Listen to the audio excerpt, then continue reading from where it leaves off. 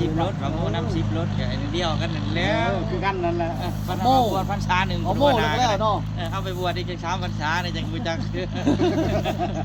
โม่แล้วเดือดออกกันไหนเดือดฝากกันบังพง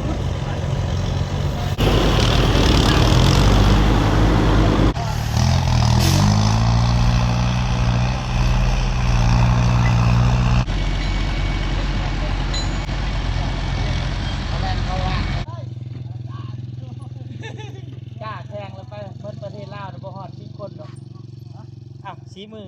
นะภูเก็ตเลยสีมือโชเฟอร์รถเกตเลยแถวสวรรค์นี่ยังว่าเพิ่น3คนไปได้มาละแน่นแล้วจะนำฝนตก1คะแนนเลยฝนตกเป็นคาแรกเนี่ยป้าโอ้แห้งแน่นตึ้งหมดเลยเดียวกันนะวันมันพูนพอบานวันพ่นหมดนะวันนี้แล้วมื้อนี้ก็เมื่อมื้อนี้เลยบ่เนี่ยเนี่ยเฮ็ดบ่หนองค่ะเฮ็ดแล้วมันบ่มีเงินเลยนี่พรเฮ็ดได้บ่จ่ายเดือนละเท่าไหร่ฝากสีมือไว้แล้วบ่ธรรมดาเลย